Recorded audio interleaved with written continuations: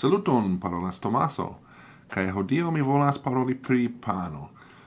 Mi havis ideon jam antaŭ longa tempo faris filmeton pri sandviĉoj aŭ simile, sed hodiaŭ mi faros nur mallonge, ĉar mi havas nur kelkajn aferojn por diri.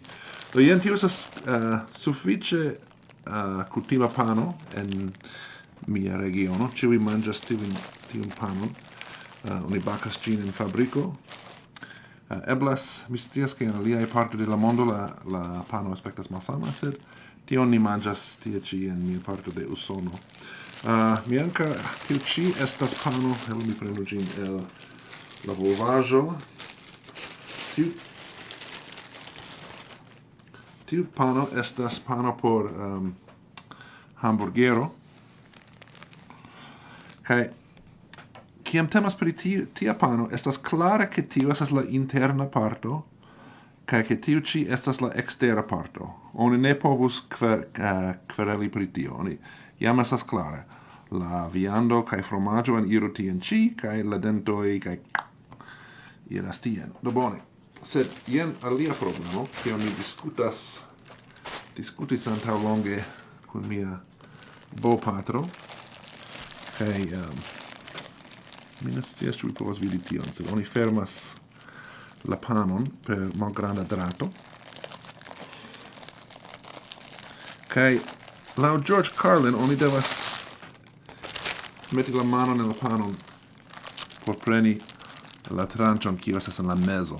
Se mi prenos la unuajn du pecojn, do ili venas tiel ili venas tiel el la pakaĵo. Kaj laŭ mi estas klare ke tiam oni malfermu ĝin tiel, kaj tio estu la interno. Kaj mi havas buteron por meti sur la panon hodiaŭ, sed nur por marki kion mi ĵus faris, mi havas iom da mustardo. Tion faris mia patrino kiam mi estis knabo. Ŝi metis nur tiom da mustardon sur la sandviĉon, kiam ŝi faris ilin dum la semajnfino. Tiel, kiam ni prenis ilin el la frostujo, ni povus scii pli poste en la semajno ĉu tio estas mia sandviĉo aŭ ĉu tio estas sandviĉo de persono en la familio al kiu ne plaĉas mustardo. Do bone, sed tio ne estas la mesaĝo hodiaŭ. La mesaĝo hodiaŭ estas ke tio estas la interno, laŭ la metodo kiun ni ĵus uzis. Do, por ripeti tion, mi klarigos kion mia patro faris. Do, por fari sandviĉon tiel, oni devus povi malfermi la tutan sandviĉon, ĉu ne? Do, necesas fari sandviĉon sur granda telero. Sed ofte la homoj donas al vi nur tiel grandan teleron. Do jen problemo. Kion ni faru?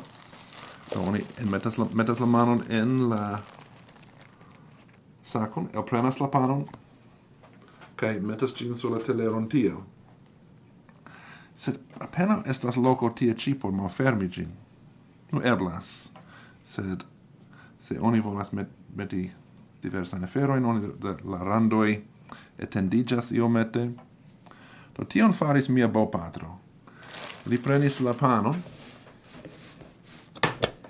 kaj li komencis meti aferojn. Do kutime li metus diversajn specojn de kolbaso aŭ arakidaĵo kaj marmelado, metus tion sur la sandviĉon tiel. Kaj kiam li finis, li prenus tiun parton kaj metus ĝin tie kaj jen sandviĉo. Kaj kiam mi vidis tion, mi vere konsterniĝis, ĉar mi rimarkis ke la interno de la sandviĉo non estas la ekstero. Kaj tio por mi ne estas tolerebla. Do mi havas alian solvon. Do mi prenos alian paron da panoj, kaj mi denove malfermos ĝin laŭ la kutimo. Metos iom da mustardo por indiki che tio estas la ĝusta parto, ĉu ne? Kaj tio estas mia metodo kiun mi uzis. Mi prenas la panon el la sako, kaj tiam, tio estas la grava parto, oni prenas la subon al la supro. Nun eblas meti la ŝmiraĵon aŭ la buteron aŭ la arakidaĵon, majonezon, kolbason, viandon, fromaĝon, kaj metos ĝin sur tiun parton, kaj poste prenu la subon al la supro, kaj tio estas bona sandviĉo, ĉar la ekstera parto ja restas ekstere, kaj la interna parto restas interne. Do tio estas la preferata metodo. Do mi klarigu por tiuj, kiuj ne komprenas ke temas pri ŝerco. Vere ne estas granda diferenco inter la du flankoj. Do, se ni komparos la sandviĉon unuan kaj la duan, vere ne estas granda diferenco. La sola grava afero estas ke ambaŭ, kiam vi prenas la panon, ke vi prenas mi devos malfari ĝin. Do, ĝi estis tiel. La grava afero estas ke kiam vi elprenas la panon, ke vi ne turnu ĝin tiel. Ĉar tiam vi ja havus problemon.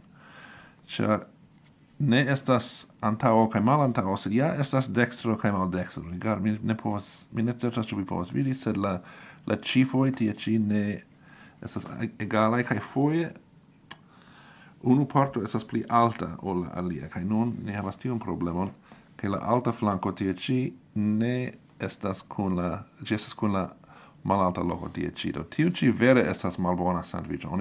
Se mi mendus tion en restoracio, kaj ili alportus tian sandviĉon al mi, mi diros, nu, pardonu, bonvolu reporti tion, kaj ne kraĉu en mian sandviĉon, mi volus havi novan sandviĉon.